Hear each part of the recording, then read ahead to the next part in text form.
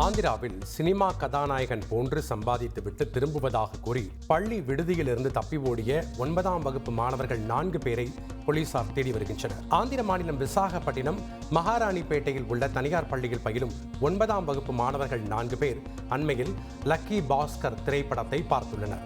அதில் கதாநாயகன் பணம், கார், வீடு ஆகியவற்றை மிக எளிதில் சம்பாதிப்பது போன்ற காட்சி அமைக்கப்பட்டிருந்ததாக தெரிகிறது. அந்த காட்சிக்கு அடிமையான மாணவர்கள் தாங்களும் அதே போன்று பணம், வீடு, கார் போன்றவற்றை சம்பாதித்து வருவதாக சக நண்பர்களிடம் கூறி பள்ளி விடுதியிலிருந்து தப்பிச் சென்றுள்ளனர்.